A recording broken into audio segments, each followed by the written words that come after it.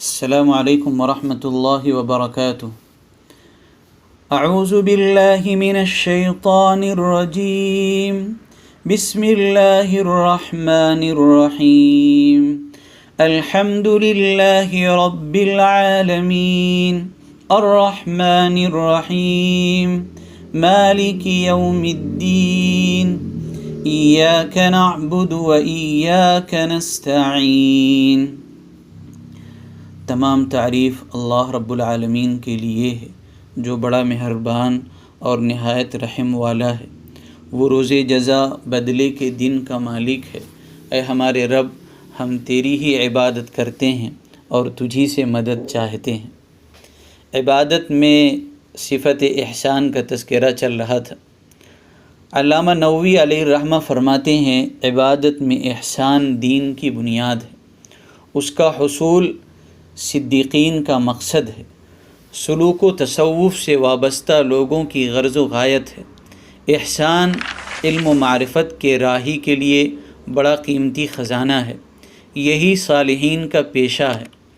خانقاہ کی مجلسیں ہوں یا ضرب حق کی صدائیں، بیعت و ارشاد کے طریقے ہوں یا اوراد و اذکار کے وظیفے، سب کا مقصد عبادت و بندگی میں صفت احسان کو پیدا کرنا ہے۔ سوال یہ پیدا ہوتا ہے کہ یہ صفت احسان کیسے پیدا ہوگی؟ اس کا جواب علماء نے بہت سارا دیا ہے اور بے شمار طریقے بیان کیے ہیں کہ جس کے ذریعے سے صفت احسان کی کیفیت عبادت میں پیدا ہوگی۔ ہم آپ غور کریں تو عبادت کی جتنی قسمیں ہیں ان میں سب سے زیادہ صفت احسان روزے میں پائی جاتی ہے، جہاں اللہ کے ڈر اور خوف سے نہ تو ہم کھاتے پیتے ہیں اور نہ ہی جائز طریقے سے اپنی خواہش پوری کرتے ہیں، صرف اس وجہ سے کہ ہمارے رب نے روزے کی حالت میں ان چیزوں سے منع کر رکھا ہے۔ ذرا سوچیں کتنا آسان ہے کہ جب بھوک کی شدت ہو، پیاس کی سختی ہو، گرمی کی تپش ہو، تو ہم چھپ کر پانی کے کچھ گھونٹ یا کھانے کے چند نوالے اپنی حلق سے اتار کر بھوک و پیاس کی سختی کو کم کر لیں، یا بیوی سے مل کر اپنی خواہش کو پورا کر لیں، مگر کیا مجال جو ہم اس طرح اپنا روزہ برباد کر دیں۔ روزے کی حالت میں ہمیں ہمہ وقت اس کیفیت کا احساس ہوتا ہے کہ ہمارا رب ہمیں دیکھ رہا ہے۔ ہمارے سامنے کھانے پینے کی ساری چیزیں موجود ہوتی ہیں، کھانے پر قدرت ہوتی ہے، مگر رب کا حکم ہے نہ کھاؤ نہ پیو، ہم اس سے رکے رہتے ہیں۔ روزہ یہ محض ایک ایسی عبادت ہے جو صرف اللہ کے لیے کی جاتی ہے اور اللہ ہی اس کا بدلہ دیتے ہیں۔ حدیث قدسی میں اللہ رب العزت کا ارشاد ہے، الصوم لی وانا اجزی بہ، روزہ میرے لیے ہے اور میں ہی اس کا بدلہ دوں گا۔ دوسرا طریقہ تہجد کی نماز ہے۔ رات میں اٹھ کر تہجد کی نماز پڑھنا۔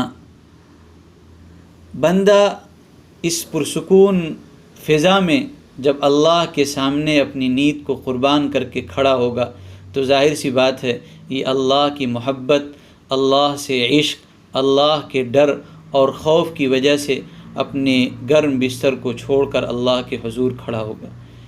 یہ نفس پر بڑا گرا گزرتا ہے اور اس وقت اٹھ کر کے عبادت کرنا نفس پر بہت شاق اور نفس کو بہت دبانے والا عمل ہے، لیکن وہیں اس وقت اللہ سے سرگوشی اور اللہ سے مناجات، اللہ سے مانگنے، اللہ کے حضور سجدہ کرنے کی ایک الگ لذت ہے، ایک الگ کیفیت پیدا ہوتی ہے جو آپ کو ان 5 اوقات کی نمازوں میں نہیں میسر ہوتی۔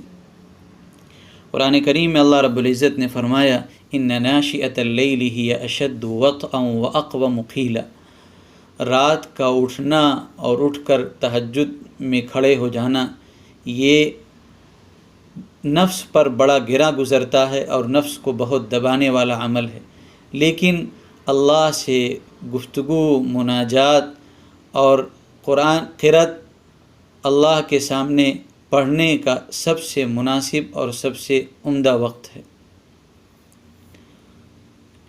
تو تہجد تہجد کے جو لوگ پابند ہوتے ہیں ان کو اللہ رب العزت صفت احسان سے نواز دیتے ہیں۔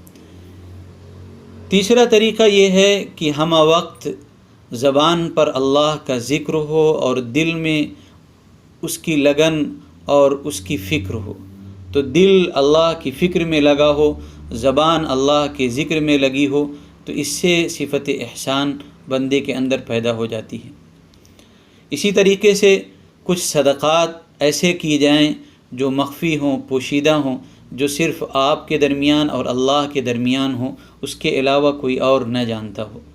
کسی عربی شاعر نے کیا ہی خوب کہا ہے، هل لك سر عند اللہ بینک انت و بین اللہ، کیا آپ کے لیے کچھ ایسے راز بھی ہیں جو صرف تمہارے اور تمہارے رب کے درمیان میں ہوں۔ هل لك صدقات تخفاہ لا يعلمها الا اللہ، کیا آپ کے لیے کچھ ایسے صدقات ہیں جو آپ نے مخفی اور پوشیدہ طور پر کیے ہوں، جسے صرف اللہ جانتا ہو اور اس کے علاوہ کوئی نہ جانتا ہو۔ جب ہم اس طریقے سے اپنی عبادت کو کریں گے اور یہ پابندی کریں گے تو انشاءاللہ اللہ رب العزت ہم آپ کو صفت احسان سے نواز دیں گے۔ اللہ ہمیں عمل کی توفیق دے۔